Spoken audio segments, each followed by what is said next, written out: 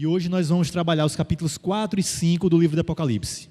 Convido você a abrir a sua Bíblia em Apocalipse capítulo 4, para que a gente comece a entender um pouquinho essa mensagem de Deus para nós, através dos capítulos 4 e 5 do livro de Apocalipse. Apocalipse capítulo 4, nós vamos ler inicialmente dos versos 1 a 6, mas antes da leitura da Bíblia, convido você a curvar a sua fronte para podermos falar com o nosso Deus. Oremos. Pai amado que está nos céus, passamos o dia de sábado na Tua presença, ouvimos a Tua voz através de louvores, entregamos dízimos e ofertas, também ouvimos a Tua palavra pela manhã. Nesse início de nova semana, estamos aqui ainda na Tua casa, e esse momento a Tua palavra será aberta. Que o Senhor fale a cada um de nós, através desse registro sagrado, e essas palavras possam firmar a nossa fé e nos levar firmemente até a Tua volta. Isso é que eu te peço e te agradeço por Jesus. Amém. Apocalipse capítulo 4, do verso 1 ao 6, diz assim a palavra de Deus. Depois dessas coisas, olhei, e eis que estava uma porta aberta no céu. A primeira voz, que como de trombeta ouvira falar comigo, disse: sobe aqui, e mostrar-te-ei as coisas que depois dessas devem acontecer.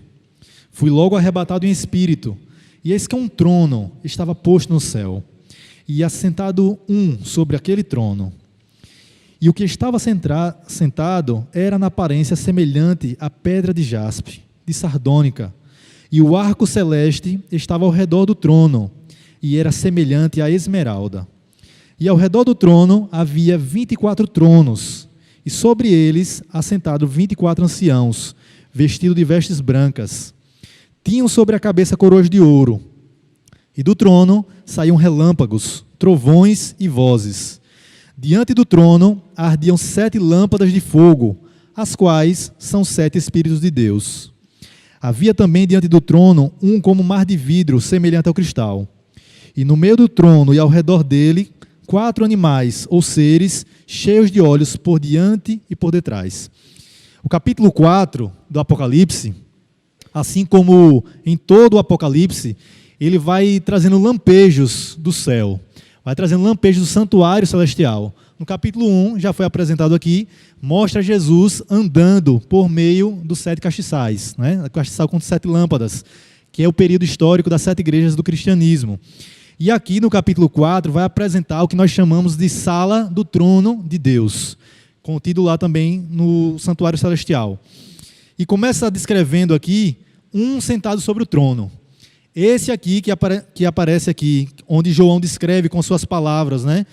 Como aquele com aparência semelhante à pedra de jaspe, né? Sardônica. E aqui está se tratando do próprio Deus, o Deus Pai. E ele está centrado sobre um trono no céu. Aparece aqui também um arco celeste que rodeia esse trono, né? Está ali sobre o trono.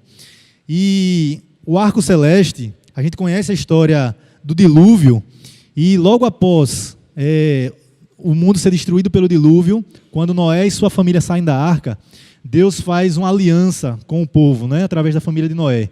E ele diz que não destruiria mais esse mundo com água, com dilúvio.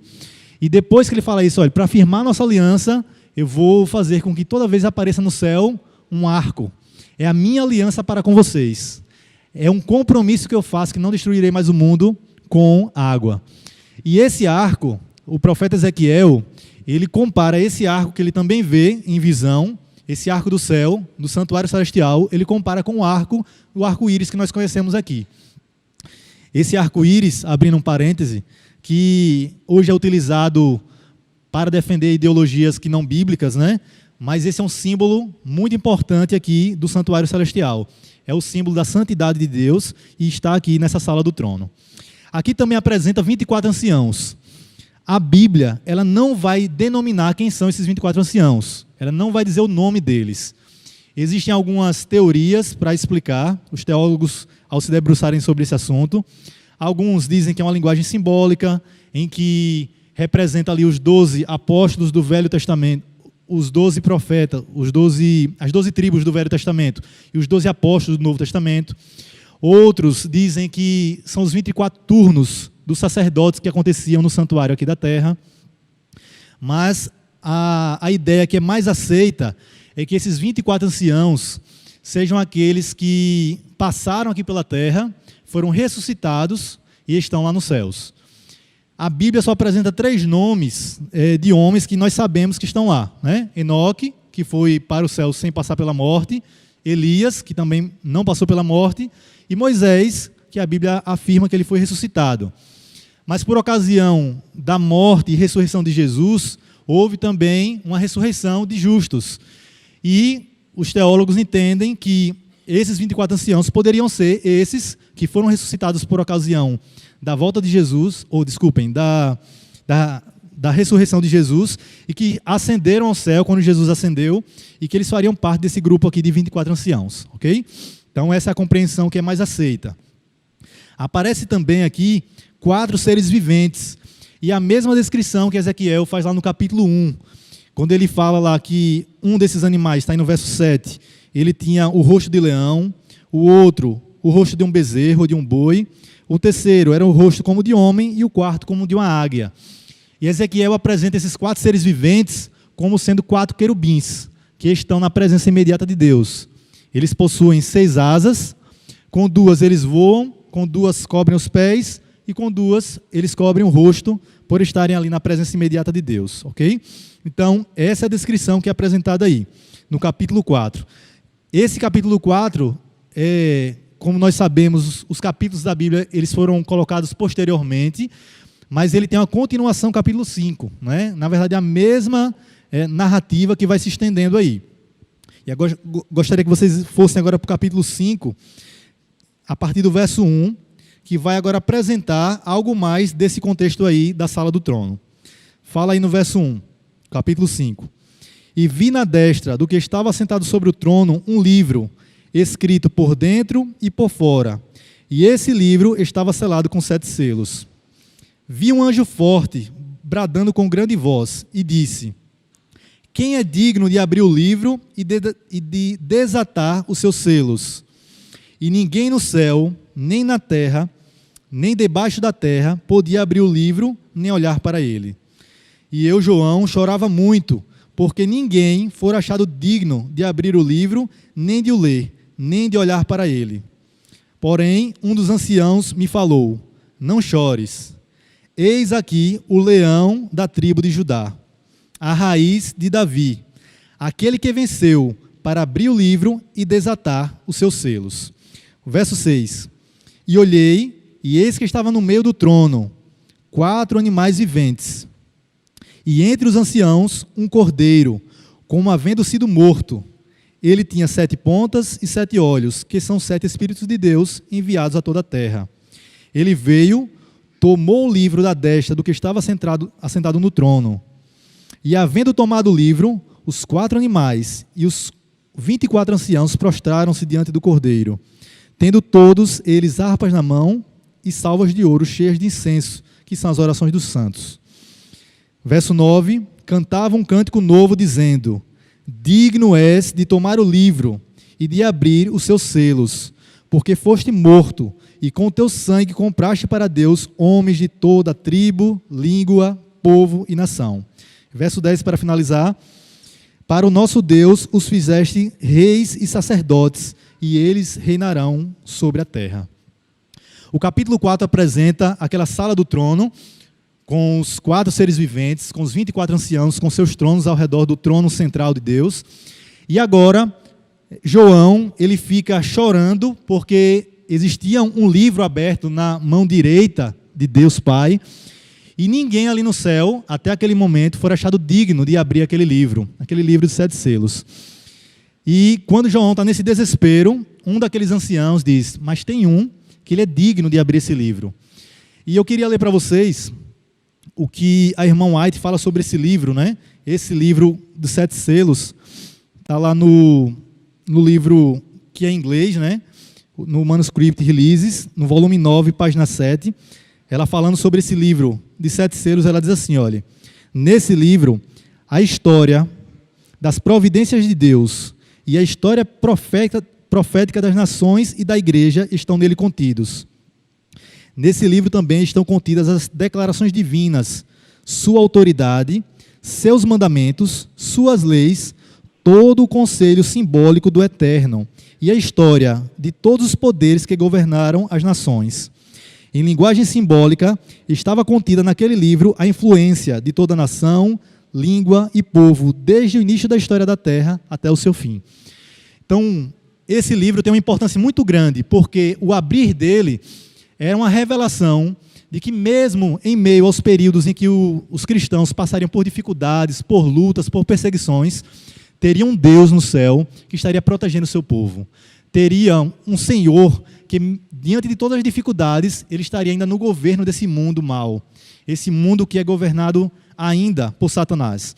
Então, por isso que João chorou muito, porque ninguém ainda até aquele momento era digno de abrir esse livro. Mas, como a gente leu aqui, apareceu um que era digno de abrir esse livro. E aqui ele é descrito inicialmente como a raiz de Davi, ou o leão da tribo de Judá. Jesus Cristo, que é esse personagem que aparece aqui, o Cordeiro, ele é descrito na Bíblia com muitos nomes, né?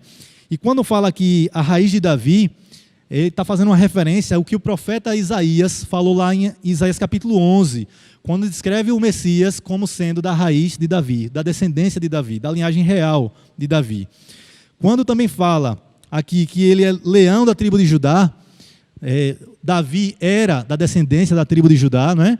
E ele faz uma referência aqui a Gênesis capítulo 49, quando Israel, Jacó, ele vai dar as bênçãos para os seus filhos antes da sua morte.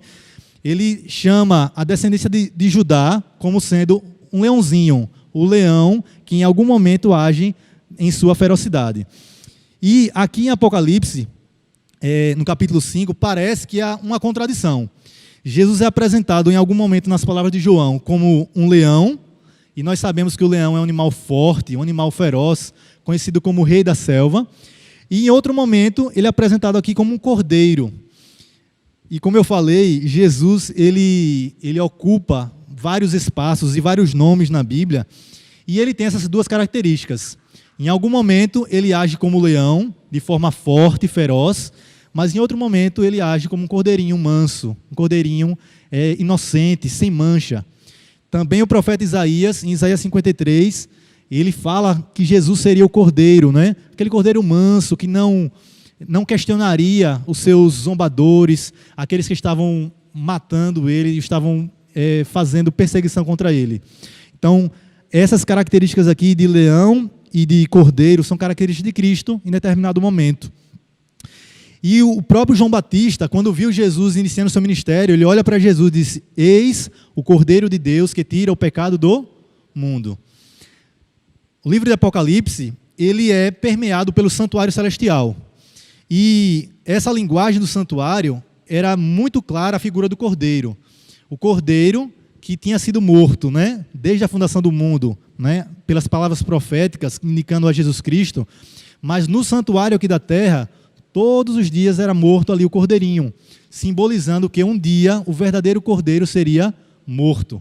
O cordeiro que não tinha pecados, o cordeiro que era inocente, imaculado, ele pagava com seu sangue o preço de algo que ele não cometeu. Ele pagava o preço pelo pecado de outro. E esse símbolo, ele se encaixa perfeitamente com aquilo que Jesus Cristo fez por nós. O Cordeiro de Deus que tira o pecado do mundo, porque aquele que não pecou, inocente, imaculado, ele paga o preço com seu sangue para que nós pudéssemos ser purificados.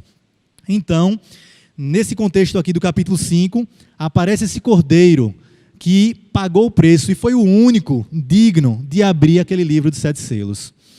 Quando a gente vê essa história aqui, quando a gente vê esse contexto profético, a gente percebe a importância que Jesus tem no plano da redenção. Porque nessa batalha que nós estamos vivendo aqui, após a rebelião que houve no céu, Jesus Cristo sempre se coloca ao lado do seu povo, sempre para defender os princípios e o caráter de Deus. E esse personagem aqui, né, que é descrito como leão, em algumas vezes, que ele precisa de usar dessa força, né, que o leão tem, ele também, muitas vezes, ele precisou agir como cordeiro, assim como eu falei aqui no momento da cruz. Só que diferente de outros generais de batalha, Jesus Cristo, quando ele se coloca para defender o seu povo, ele não fica somente em uma sala de comando, né, como seria esse local aqui do céu, e fica ordenando os seus soldados para que esses possam guerrear. Eu elenquei aqui algumas batalhas que esse que venceu e foi digno de abrir esse livro, algumas batalhas que ele teve que enfrentar Satanás, o seu adversário, e essas batalhas foram batalhas diretas contra ele, tá? A primeira batalha é aquela que está descrita lá em Apocalipse capítulo 12, que foi a batalha que aconteceu no céu. A rebelião de Satanás, né, de Lúcifer com seus anjos, que ele conseguiu conquistar para o seu lado. E a Bíblia fala lá em Apocalipse que houve de fato uma batalha real no céu, onde Satanás e seus anjos batalharam contra Miguel, que é o Jesus Cristo, Jesus e seus anjos. Então foi a primeira batalha. E nessa batalha, quem saiu vencedor, irmãos? Foi Jesus Cristo, não é? Amém. Então foi a primeira batalha entre esse cordeiro, esse leão e o seu inimigo, que é Satanás. Eu coloquei aqui uma segunda batalha, que agora aqui, já no contexto da terra, vocês lembram que na ocasião em que Daniel fez uma oração, lá em Daniel capítulo 10, Daniel faz uma oração que ele queria entender aquela profecia que ele tinha recebido anteriormente, e aí ele passa 21 dias orando, para que ele fosse esclarecido. Ele estava ali, diz que ele ficou sem comer, para poder entender aquilo que ele tinha recebido quanto visão. E aí depois aparece um anjo para ele, depois de 21 dias, e fala para ele o seguinte: Daniel, você é um homem muito amado. Desde o primeiro momento que você se ajoelhou e pediu, eu vim para lhe dar uma mensagem. Mas teve alguém que se interpôs. Teve alguém que não permitiu que eu chegasse até você. E quem foi esse que se interpôs? Satanás. Que lá no contexto de Daniel ele chama do rei da Pérsia. Era um símbolo para Satanás. E nesse contexto ele diz, olha, 21 dias eu fiquei lá tentando vir para trazer essa revelação. Mas o rei da Pérsia, Satanás, ele impediu que eu viesse aqui. Até que Miguel chegou para me ajudar e venceu a batalha. Então é mais uma batalha que Jesus Cristo veio como Miguel para vencer Satanás e fazer com que Satanás não impedisse que a mensagem chegasse até o seu servo Daniel. Então essa foi a segunda batalha vencida por Cristo contra Satanás. Uma terceira batalha que a Bíblia fala também, está lá no livro de Judas, no verso 9, é que quando Moisés morreu, a ideia de Deus era que Moisés fosse para o céu vivo, né? Tá isso revelado no livro Patriarcas e Profetas. Mas quando Moisés morreu, Deus tinha um plano muito bom para Moisés, que era ressuscitá-lo para levá-lo para os céus. Só que quando Jesus foi ressuscitá-lo, o livro de Judas diz que quem se interpôs para impedir essa ressurreição? Satanás. Mais uma vez ele se interpõe. E quando ele se interpôs, Jesus precisou agir, né? E precisou mais uma vez vencer a ele. Lá no livro de Judas, verso 9, diz que ele chega para Satanás e dá uma ordem direta para que ele se afaste, porque ele tinha o objetivo de ressuscitar Moisés. E isso aconteceu, né? A gente vê lá na transfiguração que Moisés foi ressuscitado e aparece ali para Jesus e os discípulos. Então foi uma terceira batalha vencida aí por Jesus contra Satanás. Agora, enquanto Jesus, agora como homem aqui na terra, uma quarta batalha aconteceu quando Jesus ia começar o seu ministério aqui na terra. Ele passou 40 dias lá em comunhão com o Pai, e aí, ao final dos 40 dias, quem aparece para guerrear contra Jesus, agora como humano? Quem foi que apareceu? Satanás, né? Aparece ali como um anjo de luz, e mais uma vez, Jesus vence a Satanás, porque em cada uma daquelas 3 tentações que foram postas, ele venceu e conseguiu tirar Satanás do seu caminho para que ele começasse de fato o seu ministério. Ele venceu. A quinta batalha e última que eu elenquei aqui foi antes da sua morte, no Getsêmani. A gente fala muitas vezes com relação a Jesus na cruz, mas a grande batalha aconteceu no Getsêmani. Porque ali, no Getsêmani, foi decidido o destino de toda a humanidade. Porque ali Satanás tentou fazer com que Jesus desistisse de continuar nesse projeto, no plano da redenção, de salvação do homem. E mais uma vez, Jesus, ali como homem, ele vem e vence Satanás. Então, nesses 5 exemplos que eu dei aqui, foram 5 momentos em que Jesus, diretamente, ou como ser divino, ou como humano, ele venceu diretamente a Satanás. Nós conhecemos a história, nós sabemos que Jesus venceu na cruz do Calvário, ele ressuscitou ao 3º dia. E nós, como cristãos, como conhecedores da palavra, nós sabemos quem é o lado vencedor. Depois do milênio vai ter mais uma batalha. Quando a Nova Jerusalém descer aqui no céu, quem é que vai tentar entrar na cidade e possuí-la? Satanás. Mais uma vez, ele vai reunir todo o exército, todos aqueles que não estão como salvos, para tentar mais uma vez vencer uma batalha. Só que a profecia bíblica já diz que vai ser mais uma derrota dele. Todas as vezes que ele tentou guerrear contra Jesus Cristo, ele perdeu todas essas batalhas. Amém? Já existe essa profecia. Mas a pergunta que eu faço é: de que lado você quer estar nessa batalha? Porque essa série que vocês estão estudando aqui na Igreja Central, Conflito Real, é para que a gente traga essas batalhas espirituais, essa batalha no contexto macro, cósmico, ela traga para a nossa vida também. E de que lado nós estaremos nessa batalha? E essa é a reflexão que a gente vai fazer a partir desse momento. Porque quando a gente vê todas as batalhas que Jesus já venceu, e aquilo que já está profetizado, que ele ainda vai vencer, nós temos certeza que ele não perderá essas batalhas.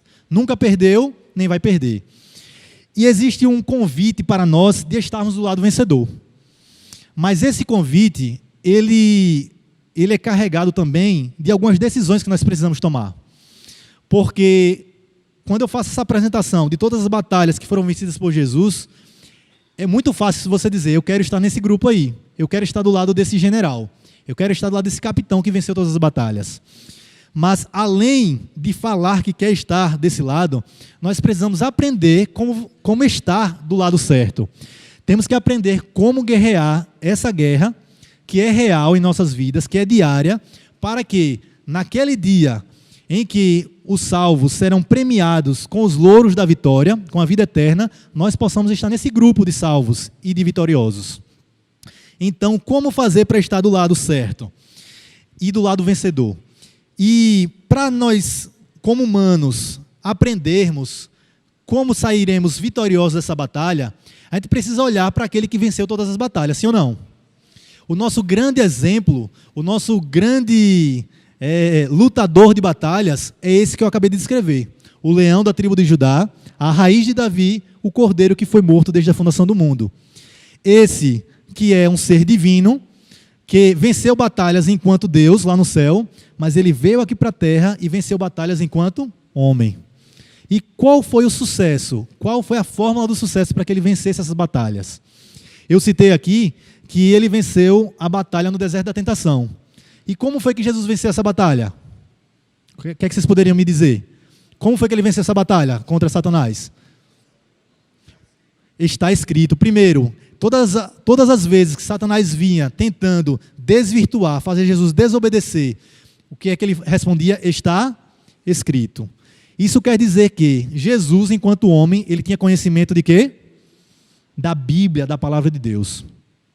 O livro Desejado de Todas as Nações diz que quando Jesus veio enquanto criança, ele não veio com a sua mentezinha toda formatada, com todo o conhecimento que ele tinha enquanto estava no céu. Ele veio como uma criança comum, uma criancinha que nasce aqui. E sua mãe, Maria, foi que colocava Jesus no seu colo, pegava os rolos das Escrituras e ensinava a ele a palavra de Deus. Dessa forma que Jesus foi orientado. Ele aprendeu as Escrituras através da sua mãe. Lá no livro Desejado também diz que quando Jesus tinha 12 anos, que foi naquela festa em Jerusalém, da Páscoa, foi ali que caiu a ficha, vamos assim dizer, que ele entendeu que quando ele viu lá o sacrifíciozinho do cordeiro, que ele seria aquele cordeiro que daria a vida para morrer pela humanidade. O que é que eu estou querendo dizer com isso? Que Jesus venceu usando as ferramentas, os instrumentos de batalha que nós podemos também utilizar. Jesus também usou outra ferramenta poderosa. Antes de chegar esse momento dessa batalha entre ele e Satanás ali no deserto, Jesus tinha passado 40 dias, de que forma? Orando e jejuando.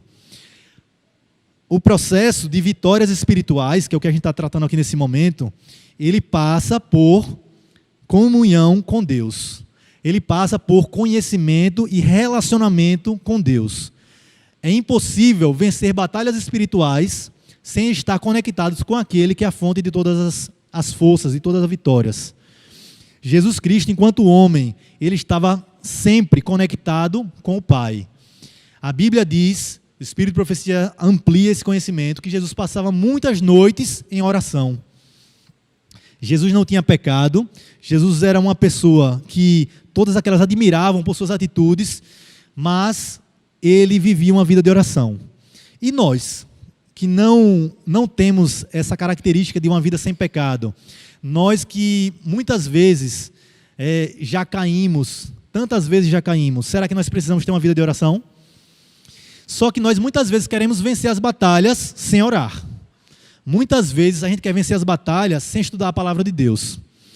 E se nós não utilizarmos o segredo do nosso grande general enquanto homem, nós perderemos as nossas batalhas. Nós vamos querer vencê-las, mas vamos perder. O pastor Samuel utilizou semana passada aqui, eu não estava aqui, mas ouvi o texto do apóstolo Paulo lá em Romanos capítulo 7, que diz: aquilo que eu quero fazer, o bem que eu quero fazer, eu não faço, mas o mal que eu não quero, esse eu faço. Porque nós temos uma natureza caída, que muitas vezes a gente quer fazer o correto, mas não fazemos. E se nós não alimentarmos a nossa natureza espiritual, nós perderemos essas batalhas que enfrentaremos aqui na terra. Toda batalha, se não estivermos fortalecidos de comunhão com os céus, nós vamos perder.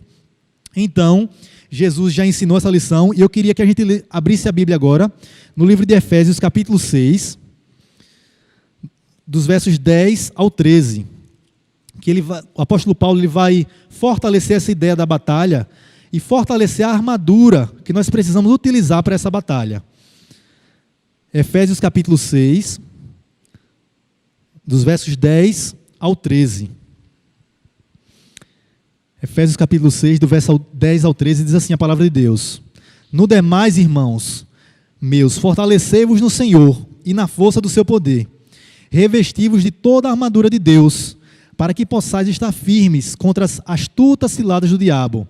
Porque não temos que lutar contra carne e sangue, mas sim contra os principados, contra as potestades, contra os príncipes das trevas desse século, contra as hostes espirituais da maldade nos lugares celestiais. Portanto, tomai toda a armadura de Deus, para que possais resistir no dia mau, e havendo feito tudo, ficar firmes. E depois aí ele vai descrever quais são as armaduras de Deus, que nós já conhecemos. Mas o fato é que isso precisa ser real. Isso precisa ser prático. No nosso dia a dia, nós temos que estar em contato com a palavra de Deus. Nós temos que ter tempo para oração. Se não fizermos isso, as batalhas virão, Satanás vai nos tentar, vai nos provar e nós vamos perder essas batalhas. O tempo já está ali dizendo que eu tenho que finalizar, mas eu queria contar uma experiência minha para ilustrar isso, principalmente para os jovens. Eu sou uma pessoa que eu estou desde criancinha na igreja adventista. Desde pequenininho fui criado nessa igreja. Passei por todas as classes, né? Desde a classe infantil ali fui crescendo na igreja. Passei pelo Clube dos Bravadores, me tornei um adolescente e um jovem nessa igreja.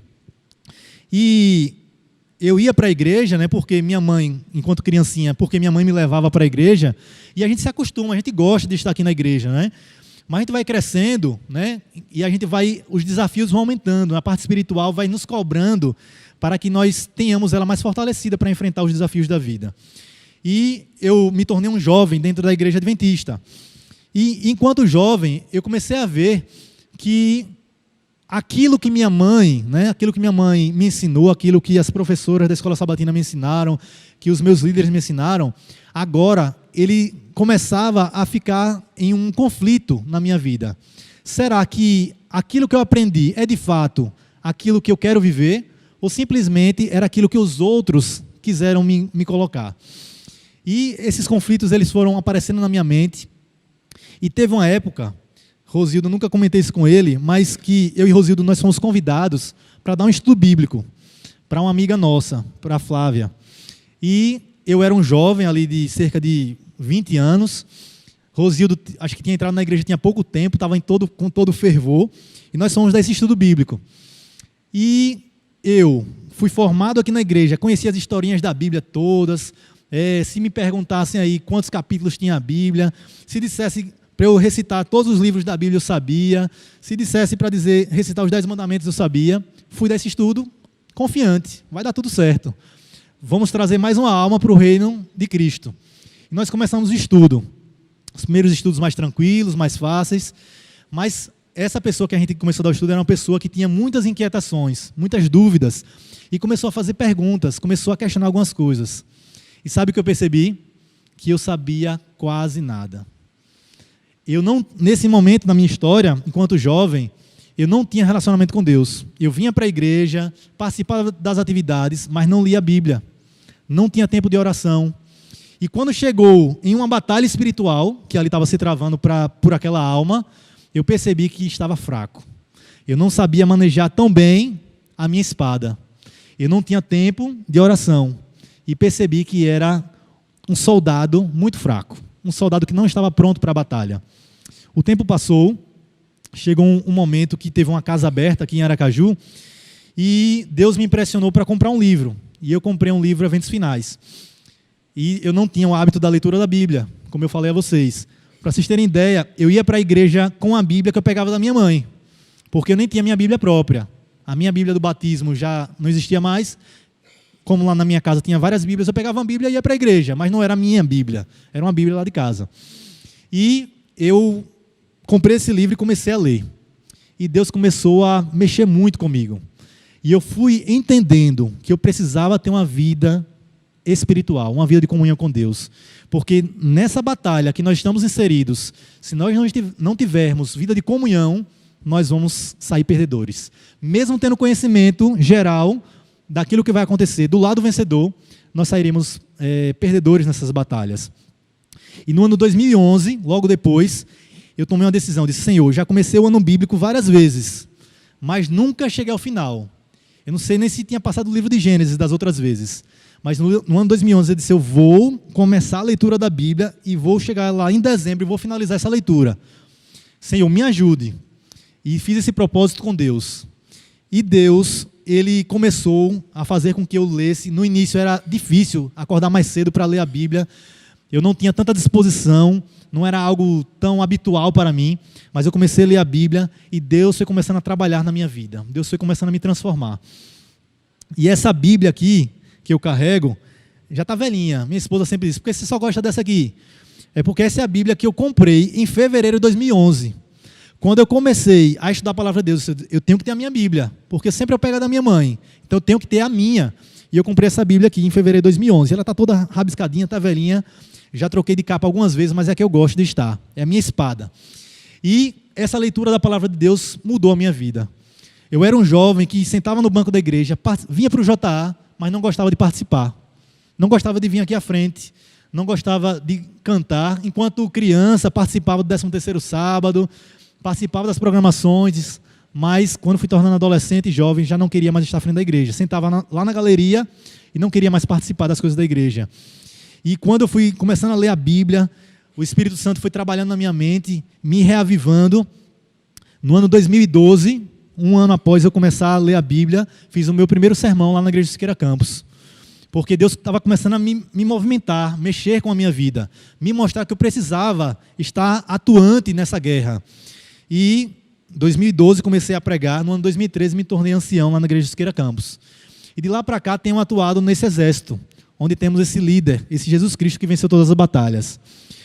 Mas o que é que eu queria dizer para os jovens principalmente? Vir à igreja é muito bom. Estar aqui na congregação é muito bom, porque a gente se fortalece, a gente adora a Deus. Mas a vida de comunhão pessoal, você estar na presença com Deus, individualmente, lendo a palavra de Deus, orando, é quem vai fazer a diferença na sua vida.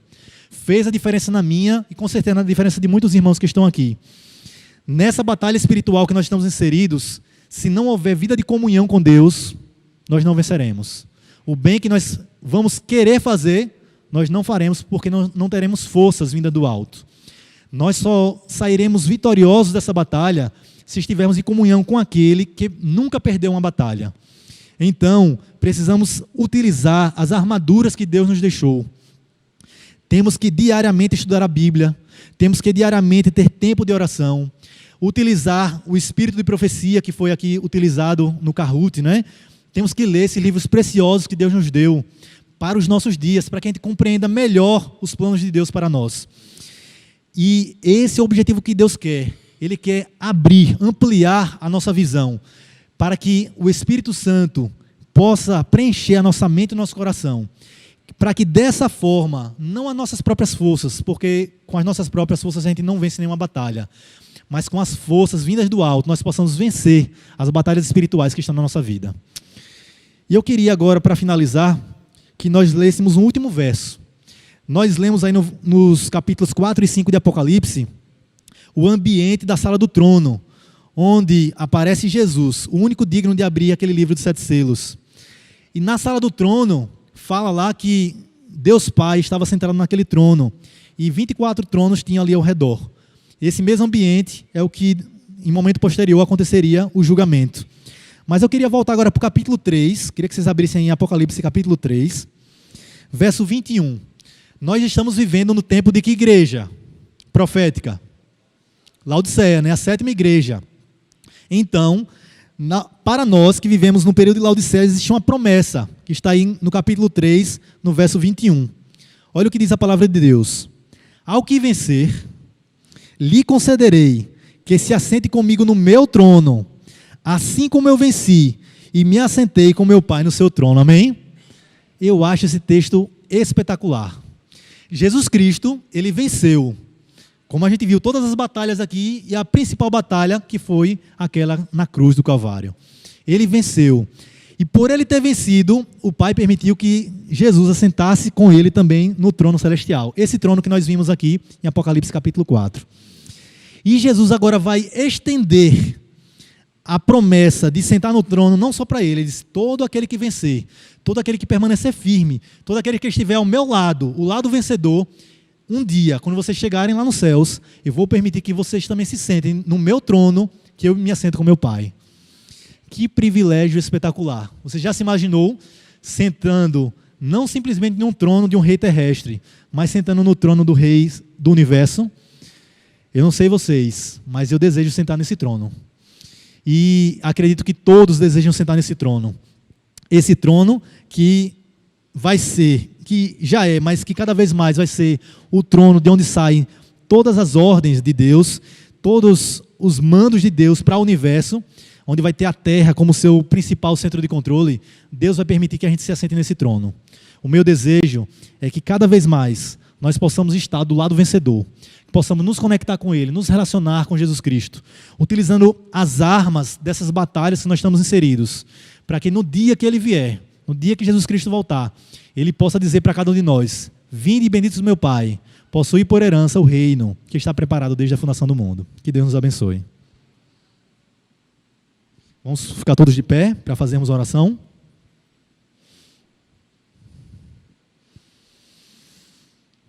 Pai amado que está nos céus, muito obrigado, Pai, porque o Senhor deixou essa palavra sagrada para cada um de nós. Muito obrigado por essas revelações proféticas contidas no livro de Apocalipse, Pai. Muito obrigado porque o céu fez um sacrifício enorme ao mandar o seu filho, o seu único filho, o filho unigênito, para que pudesse descer aqui na terra e pagar um alto preço por nossa salvação, por nossa redenção. Muito obrigado ao Senhor Jesus porque venceu todas essas batalhas para nos dar o direito de um dia voltarmos ao plano original, o plano do Éden, o plano dos céus, o plano da vida eterna.